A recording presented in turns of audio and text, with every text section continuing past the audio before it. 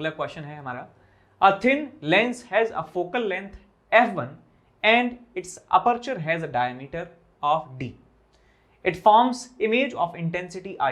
Now the central part of the aperture up to the diameter d by 2 is blocked by an opaque paper. The focal length and image intensity will change too. तो यहां हमारे पास एक lens है, मान लेता हूं इस तरीके का लेंस है, और इसका फोकल लेंथ जो है बेटा वो f1 के बराबर है। इसका अपर्चर डायमीटर जो है वो d के बराबर है, अपर्चर डायमीटर d के बराबर है।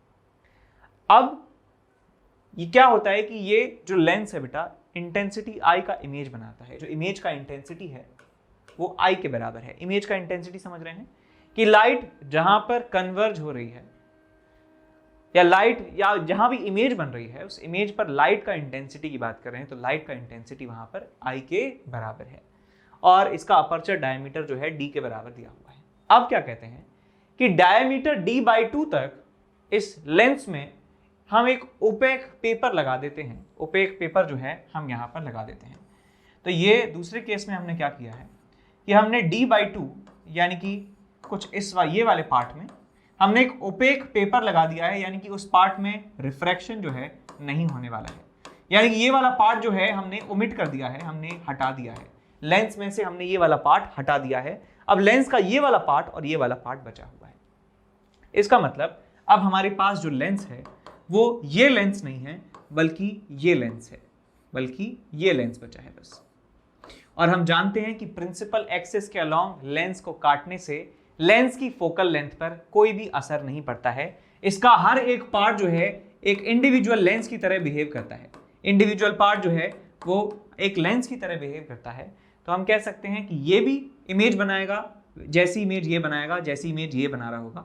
तो पूरा लेंस की यदि बात करें, चाहे उसके ऐसे छोटे छोटे पार्ट्स की बात करें, तो वो आइडेंटिकल इमेज बनाते हैं। तो यहाँ पर हम कह सकते हैं, बिकॉज ये कॉन्सेप्ट है कि फोकल लेंथ इस तरह से चेंज नहीं होता है। यदि लेंस को ऐसे काटेंगे, प्रिंसिपल एक्सिस के परपेंडिकुलर कैंची चलाएंगे तो फोकल लेंथ चेंज होता है, लेकिन ऐसे कैंची चलाने पर फोकल लेंथ चेंज नहीं होता है। तो फोकल लेंथ तो हमें पता चल गया कि सेम रहने वाला है, f1 जो है f1 के बराबर ही रहेगा। अब बात करते हैं कि इमेज जो इससे बनने वाली है उसका इंटेंसिटी क्या होगा। तो इंटेंसिटी जो है वो डायमीटर के स्क्वायर के प्रोपोर्शनल होता है। तो इंटेंसिटी हम जानते हैं रेडियस स्क्वायर के प्रोपोर्शनल कह सकते हैं, या डायमीटर के स्क्वायर के प्रोपोर्शनल कह सकते हैं, या एरिया के प्रोपोर्शनल कह सकते हैं कि जिस एरिया से ये लाइट पास हो रही है उसकी प्रोपोर्शनल है। तो intensity is proportional to d square, जिस पार्ट से लाइट गुजर रही है उस डायमीटर का स्क्वायर।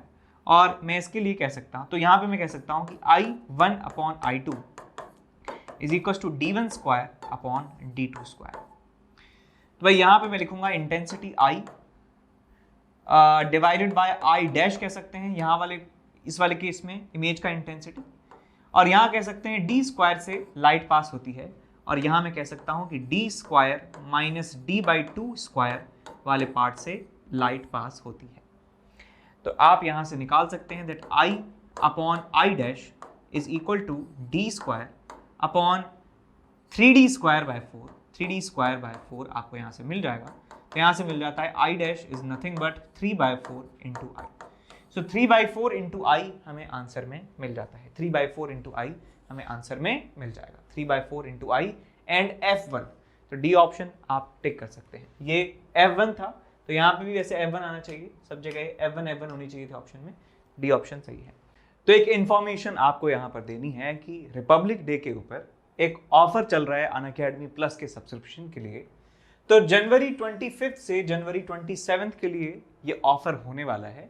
और ऑफर क्या है देखिए एक बार, कि आप 6 मंथ का प्लस सब्सक्रिप्शन बाय करते हैं तो आपको 3 मंथ का जेई प्लस जो है एक्सटेंशन मिलेगा, और 2 महीने के लिए जो सीबीएसई का आपका 12th क्लास के पेपर के लिए जो गोल है उसके लिए 2 महीने का एक्सटेंशन और मिलने वाला है। यदि आप 12 मंथ का सब्सक्रिप्शन लेते हैं तो आप 6 मंथ के लिए जेई का एक्सटेंशन और 11th क्लास के एग्जाम के लिए आपको 3 मंथ का सब्सक्रिप्शन और एक्स्ट्रा मिलने वाला है।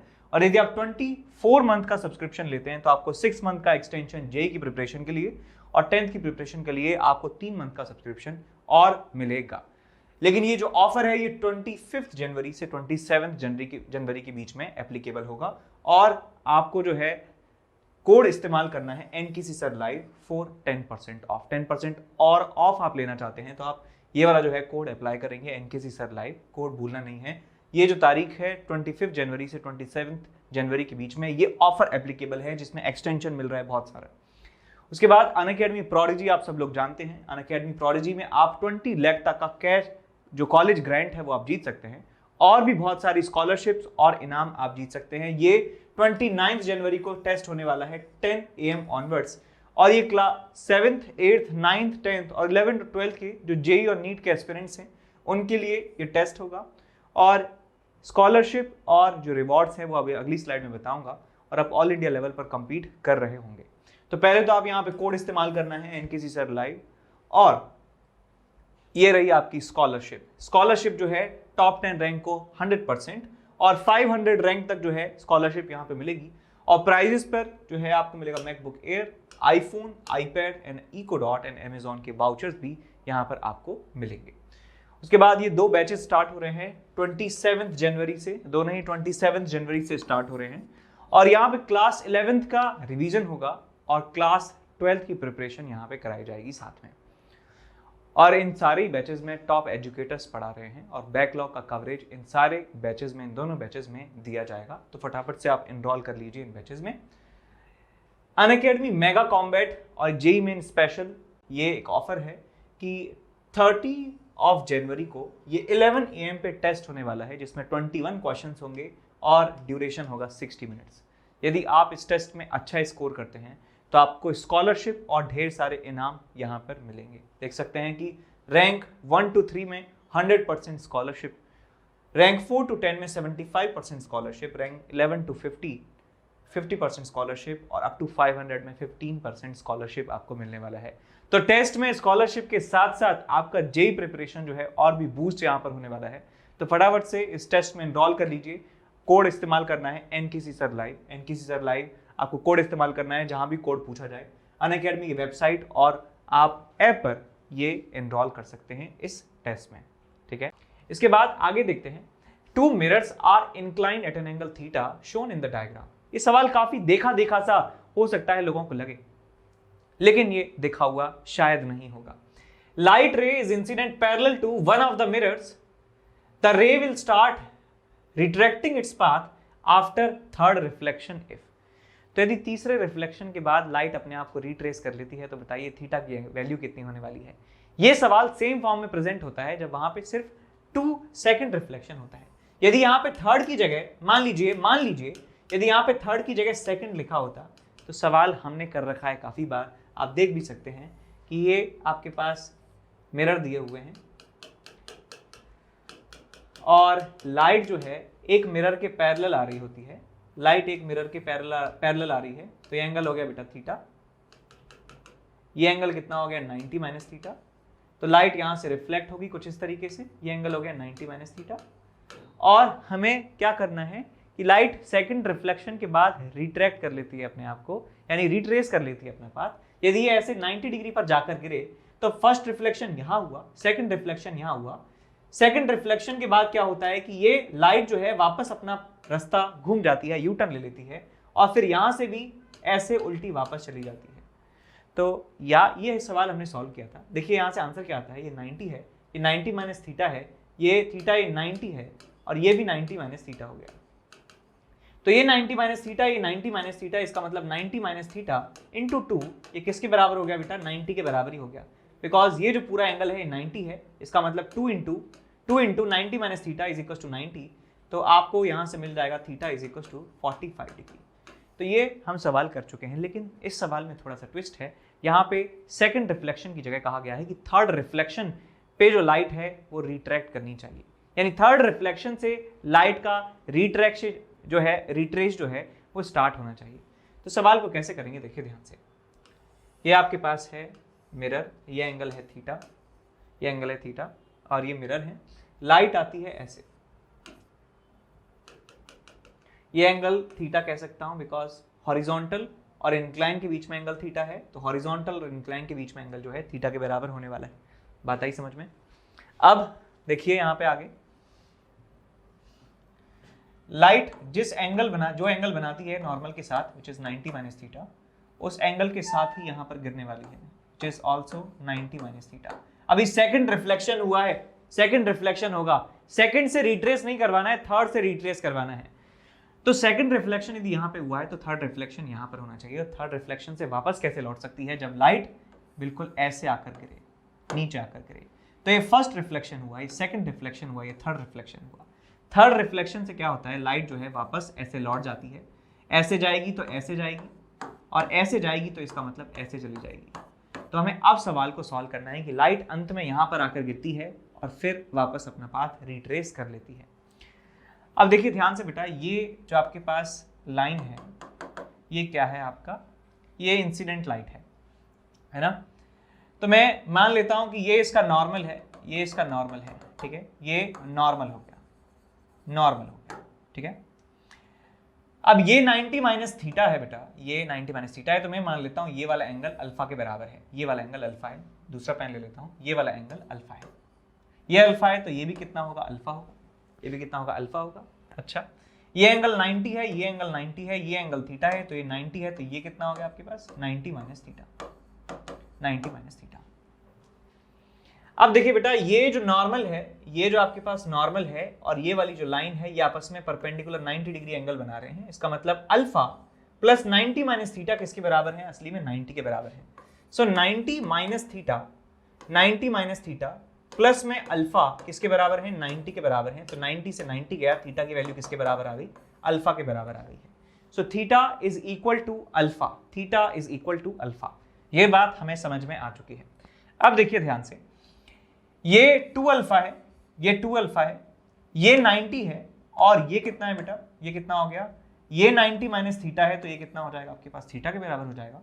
सो this plus theta plus 2 alpha is equal to 180। तो इस वाले ट्राइंगल में आप देख सकते हैं क्लियरली, इस वाले ट्राइंगल में आप देख सकते हैं कि ये 90 है, ये 2 अल्फा है और ये थीटा है। इन तीनों का समीशन 180 के बराबर होना चाहिए। So theta plus 2 theta, alpha theta के बराबर है, तो 2 अल्फा 2 थीटा के बराबर हो गया, 2 theta plus theta 3 theta plus 90 is equal to 180। इसका मतलब 3 थीटा कितना आ गया आपके पास, 90 के बराबर आ गया। थीटा की वैल्यू कितनी आ गई, 30 डिग्री के बराबर आ चुकी है। सो आंसर हमारा क्या आ जाएगा, 30 डिग्री के बराबर।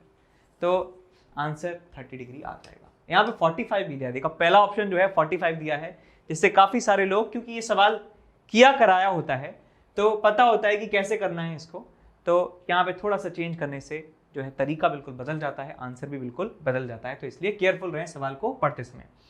आगे चलते हैं। Real inverted image in a concave mirror is represented by the graph, और यू बी एफ जो है कोऑर्डिनेट्स हैं उसके, u बाय एफ और v बाय एफ में आपसे ग्राफ पूछा गया है, ठीक है। रियल इन्वर्टेड इमेज बन रही है कॉनकेव टाइप के मिरर में। इमेज जो बन रही है बेटा वो कैसी है, रियल है और इन्वर्टेड है। रियल इन्वर्टेड इमेज बन रही है हमारे कॉनकेव मिरर में। तो थोड़ा बहुत याद आ रहा होगा कि ऐसा कब होता है ना, ऐसा कब होता है, ये सबको याद आ रहा होगा कि फोकस जो है, फोकस से परे यदि ऑब्जेक्ट होता है तो रियल इन्वर्टेड इमेज हमें मिलती है कॉनकेव टाइप के मिरर से। तो ये कॉनकेव मिरर यहां पे मैं बना देता हूं, कॉनकेव मिरर यहां पे बना देता हूं, और यहां पे मान लीजिए ऑब्जेक्ट रखा हुआ है, लाइक दिस ऑब्जेक्ट रखा हुआ है, और इसकी इमेज जो बन रही है तो मान लीजिए यहां पर बन रही है, ऑब्जेक्ट की इमेज यहां पर बन रही है। ये जो है मॉड यू डिस्टेंस पे मान लेता हूं, ये जो है मॉड वी डिस्टेंस पे हम मान लेते हैं, मॉड वी डिस्टेंस पे मान लेते हैं। इसका फोकल लेंथ का मैग्नीट्यूड मॉड एफ में मान लेता हूं। तो यहां पे यदि मैं लगाता हूं, क्या मैं यहां पे इस्तेमाल करता हूं मिरर इक्वेशन, मिरर इक्वेशन यदि यहां पे इस्तेमाल करेंगे तो आप जानते हैं मिरर इक्वेशन होता है 1/v + 1/u is equal to 1/f। यहां पे u v और f को साइन के साथ आपको पुट करना है, तो 1/v इमेज जो है पीछे बन रही है तो माइनस मॉड वी लिखूंगा, प्लस में 1/u को मैं लिखूंगा माइनस में, तो minus mod u is equal to 1/f। Focal length भी निगेटिव है तो माइनस मॉड f यहाँ पे लिखूंगा, माइनस माइनस माइनस चला गया, so 1/mod v plus 1/mod u is equal to 1/mod f आपको यहाँ पे मिल जाता है। यदि मैं इस पूरी इक्वेशन में जो डिनोमिनेटर्स हैं उनको यदि मैं mod f से डिवाइड कर दूं तो क्या होगा, तो यहाँ पे यदि मैं mod f से डिवाइड करता हूँ, mod f से डिवाइड करता हूँ, mod f से डिवाइड करता हूँ, तो कोई भी असर इस इस इक्वालिटी पे, इस आइडेंटिटी पे नहीं पड़नी चाहिए, कोई भी फर्क नहीं पड़ेगा, है ना। बेसिकली क्या कर रहा हूं मैं यहाँ पे, मॉड एफ से मल्टीप्लाई कर रहा हूँ तीनों तरफ, तो आपको यहाँ पे मिलता है 1 upon mod v by mod f plus में 1 upon mod u by mod f is equal to 1। तो y एक्सिस पर हम ये रख रहे हैं, x एक्सिस पर ये रख रहे हैं, ये आपके पास 1 के बराबर है, इसका मतलब 1 upon y plus 1 upon x is equal to किसके बराबर है, 1 के बराबर है। अब ये ग्राफ हमें ड्रॉ करना है y और x के बीच में, y और x के बीच में ग्राफ हमें ड्रॉ करना है, y और x के बीच में ग्राफ हमें ड्रॉ करना है, ठीक है। तो ये ग्राफ कुछ इस तरीके से बनता है, ये ग्राफ कुछ इस तरीके से बनता है, ध्यान रखना है आपको, ग्राफ कुछ इस तरीके से बनता है, इस तरीके से ये ग्राफ बनता है, ठीक है। अब क्योंकि x जो है बेटा वो क्या है, mod u bye mod f है, यानी कि क्या है बेटा, ये positive quantity magnitude upon magnitude है, यानी कि पॉजिटिव होगा। इसका मतलब ये वाला जो ग्राफ है इसे आप हटा भी सकते हैं, तो हमारा जो फाइनल ग्राफ होने वाला है वो ये ग्राफ होने वाला है y और x के बीच में, यानी कि mod v bye mod f और mod u bye mod f के बीच में ग्राफ कुछ ऐसा बनेगा। तो चेक करिए कौन सा ऑप्शन सही आ रहा है, कौन सा ऑप्शन मैच कर रहा है, देख सकते हैं कि ये वाला ऑप्शन मैच कर रहा है, ठीक है जी। अब इसके बाद आगे बढ़ते हैं अगले एक सवाल में। Given that the velocity of light in quartz is this much, यानी कि रिफ्रैक्टिव इंडेक्स हमें क्वार्ट्ज का मिल जाता है, कितना आ जाएगा आपके पास, speed of light in vacuum divided by speed of light in that medium, so 3 into 10 to the power 8 divided by 1.5 into 10 to the power 8, यानी कि 2 हमें मिल जाता है। सिमिलरली जो ग्लिसरीन की यदि बात करें, ग्लिसरीन की यदि बात करें तो इसमें रिफ्रैक्टिव इंडेक्स आपको मिल जाएगा 9/4 डिवाइडेड बाय 3, यानी कि सॉरी 3 अपॉन 9/4, यानी कि आपको मिल जाएगा 4/3 के बराबर रिफ्रैक्टिव इंडेक्स, 4/3 ग्लिसरीन का रिफ्रैक्टिव इंडेक्स मिल गया। A slab made of quartz is placed in front of an object kept in glycerine, then shift of the object produced by slab is equal to.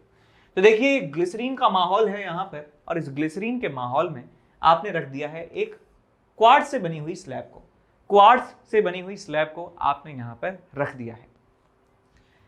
Object यहाँ पर है, तो पूछ रहे हैं कि ऑब्जेक्ट की जो इमेज बनेगी, ऑब्जेक्ट की जो इमेज बनेगी यहाँ पे जो ऑब्जर्वर है, उस ऑब्जर्वर के लिए ऑब्जेक्ट की जो इमेज बनेगी वो कितनी शिफ्ट हो जाएगी with respect to this object, ये आपको निकालना है।